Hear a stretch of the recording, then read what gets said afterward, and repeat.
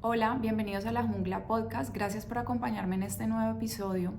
Hoy vamos a hablar sobre cómo sanar la relación con la madre. Y es que mucho se habla sobre la importancia de tener una buena relación con nuestros padres, con nuestros hermanos, con nuestra familia, de la importancia de que esto tiene en nuestras decisiones presentes y futuras.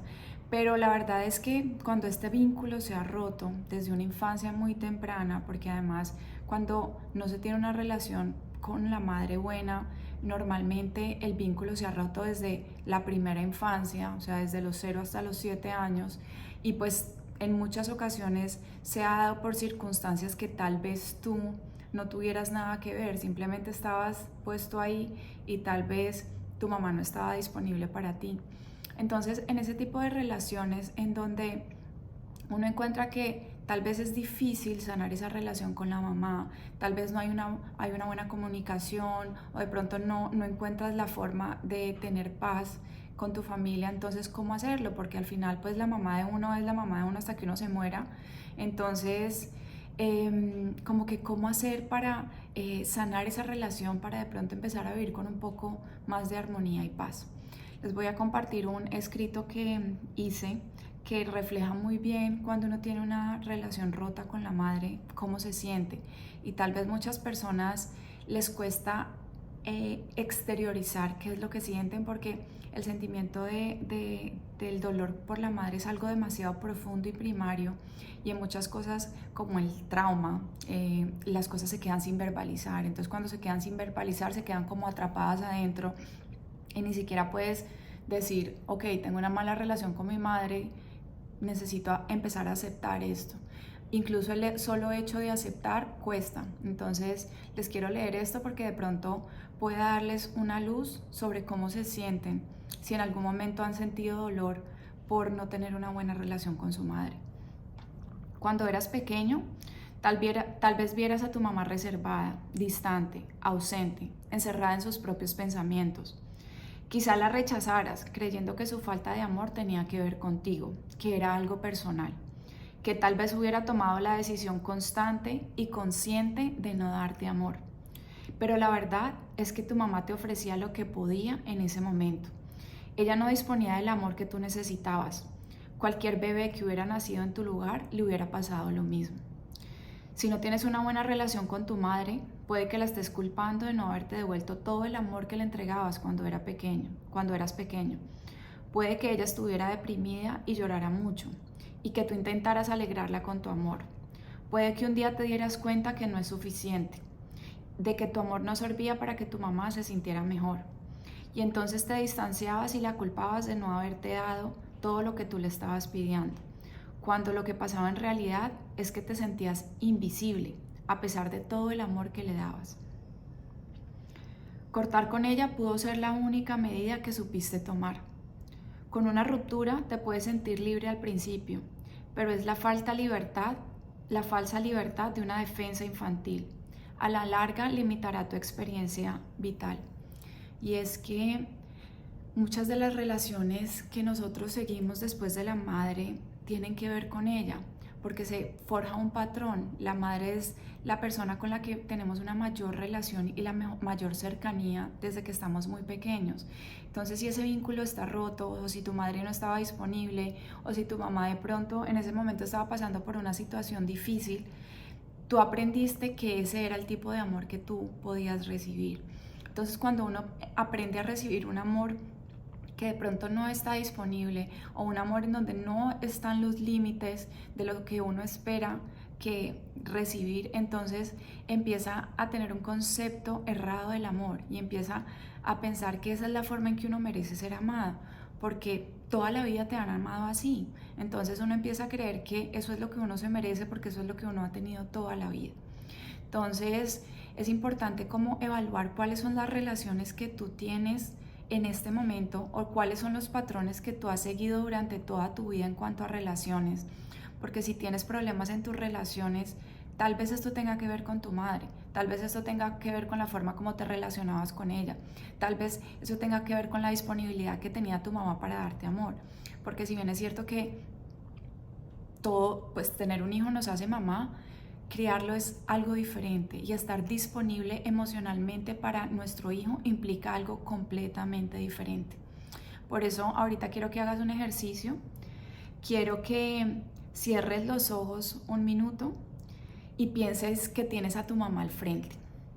¿Qué sensaciones tienes de esto? ¿Qué percibes? ¿Te quieres alejar? ¿Te quieres acercar? ¿Qué sientes en tu cuerpo pensando en que tienes a tu mamá al frente? Ahora piensa en que tu mamá se acerca mucho más y la tienes a muy pocos metros de ti. ¿Qué pasa contigo? ¿Tu cuerpo se contrae o se expande? Si tu cuerpo se contrae y si sientes presión en el pecho, quiere decir que hay una relación que tienes que sanar con la mamá. Porque también muchas personas dicen, es que yo no sé si yo tengo que sanar una relación con mi mamá, ¿cómo sé esto? Si tu pecho se contrae al pensar en tu mamá, quiere decir que tienes que sanar algo con ella porque hay algo que no está funcionando bien. Y yo pienso que aquí es donde uno tiene que empezar a entender cuáles son las situaciones que tuvieron nuestros padres en el momento de tenernos, porque hay muchas personas que entienden lo que es ser padres, lo que es ser hijos cuando se vuelven padres, pero hay otras personas que no tienen esta posibilidad porque no han tenido hijos, entonces no entienden las circunstancias por las que estaban pasando sus papás. Pero cuando uno entiende que tal vez en el momento en que tú naciste, tu mamá estaba pasando por un momento difícil. No sé si te has puesto a pensar en eso, o tal vez te lo han contado en tu familia. Si tu mamá pasaba por un momento difícil, si tuvo depresión postparto, que es tan común, y en la época en que nacieron las mamás de esta generación, la depresión postparto ni siquiera estaba diagnosticada. Entonces las mujeres simplemente se sentían mal, se sentían deprimidas y nadie podía explicarles qué era la depresión postparto porque ni siquiera la habían identificado. También es importante pensar cuál era la relación que estaba teniendo tu mamá con tu papá en ese momento. Si tu mamá estaba pasando por un divorcio, si de pronto tu papá se fue de la casa, si de pronto tu mamá perdió hijos antes, que era tan común en la época de nuestras mamás. Perder hijos también era como algo que le pasaba a todo el mundo. Todavía sigue siendo muy común, pero en esa época, como la cantidad de hijos era mayor, pues las posibilidades de perderlos también eran mayores. Entonces si tú vienes después del nacimiento de un hijo no nacido, o si de pronto tu mamá no quería, era un hijo no deseado, o tu mamá estaba pasando por una situación difícil, o que de pronto tu mamá estuviera pasando por un trauma, un accidente, la muerte de un familiar. Hay tantas situaciones que pueden crear desestabilidad emocional que hacen que uno empiece a pensar también qué era lo que estaba viviendo mi mamá en ese momento para tener el amor que ella me podía dar. Porque al final eso que te estaba dando tu mamá era el amor que ella te podía dar en esa circunstancia en la que ella estaba. Entonces cuando uno empieza a entender que no es personal, que al final no se trata de ti, sino que era lo que había disponible, que no tenía que ver con que no te amaran a ti, sino cualquier niño que hubiera nacido en tu lugar le hubiera pasado lo mismo. Uno empieza a entender que todos somos humanos, que tal vez lo que estaba pasando tu mamá era algo que la sobrepasaba a ella y que no podía controlarlo y que tú simplemente estabas en la mitad de todo esto.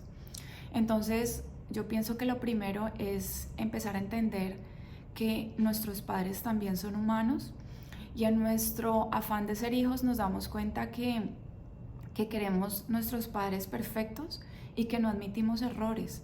Y creemos que nuestros padres hicieron todo mal con nosotros porque hicieron esto y esto. Y tienes súper claro qué es lo que tus padres hicieron mal contigo.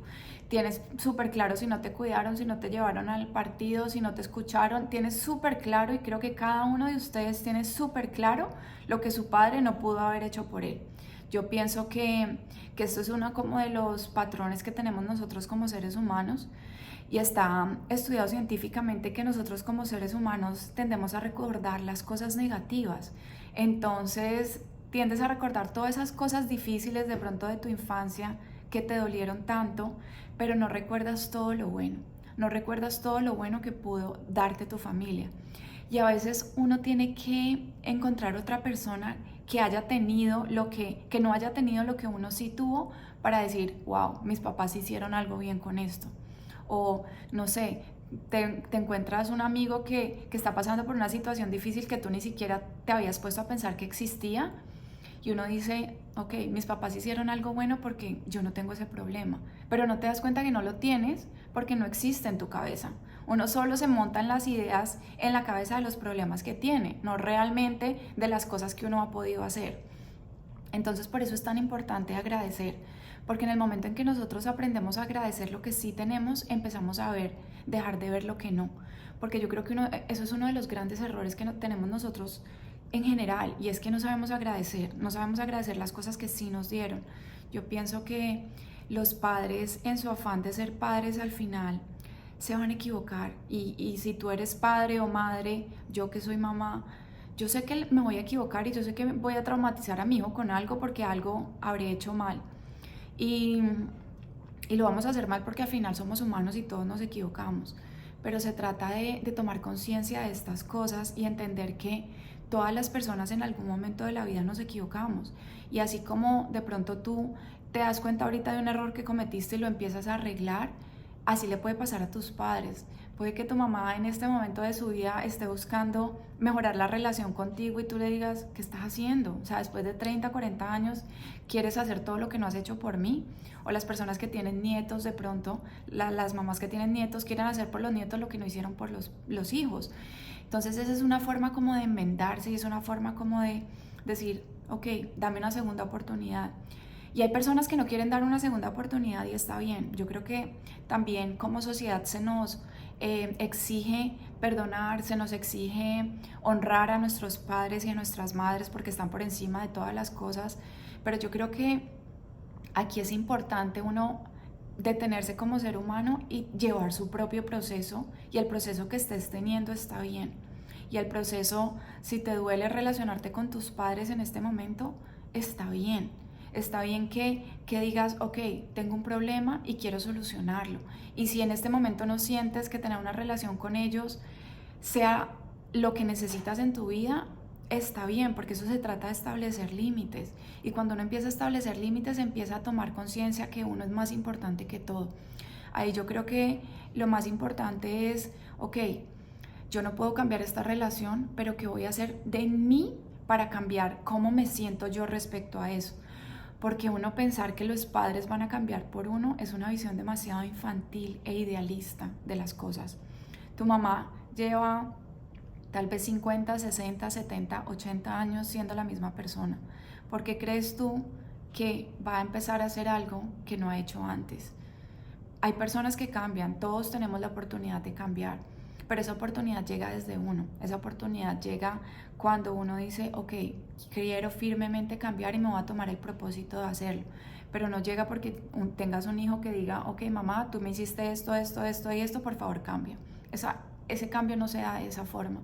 Entonces cuando uno empieza a entender que las limitaciones que uno tiene respecto a la forma como se relaciona con la familia dependen solo de uno y no del otro, porque es que al final tus papás dejaron de criarte hace 30 años, 40 años. Uno simplemente es niño los primeros 11, 12 años y después sigue siendo adulto el resto de tu vida. Entonces ahí es donde uno tiene que empezar a hacerse cargo de cómo se siente uno respecto a la relación con sus padres y cuáles son los límites que uno quiere establecer con ellos. Porque si en este momento te duele relacionarte con tu mamá, es una buena forma también decir, paro y empiezo a tomar mis propias decisiones porque esto que estoy haciendo me hace daño. Y se vuelve un círculo vicioso porque al final las personas que hemos vivido en familias disfuncionales, porque yo también he sido parte de esas familias disfuncionales, uno se da cuenta que uno intenta sanar al otro por lo que no han podido uno sanar en su casa. Y esa es una forma bastante empática de hacerlo, porque es que cuando uno se da cuenta que en su casa hubo tantos vacíos, tantos errores, tantas situaciones difíciles que pasar, uno empieza a decir, ok, como yo no pude sanar esto, empiezo a preocuparme por estas personas y empiezo a sanar estas personas. A mí puntualmente yo creo que esa es una de las grandes motivaciones que yo tengo, y es, si yo puedo ayudar a sanar a las otras personas en las cosas que yo definitivamente no he podido, como es el dolor crónico, pues lo voy a hacer porque es como una forma de poner mi granito de arena en el mundo.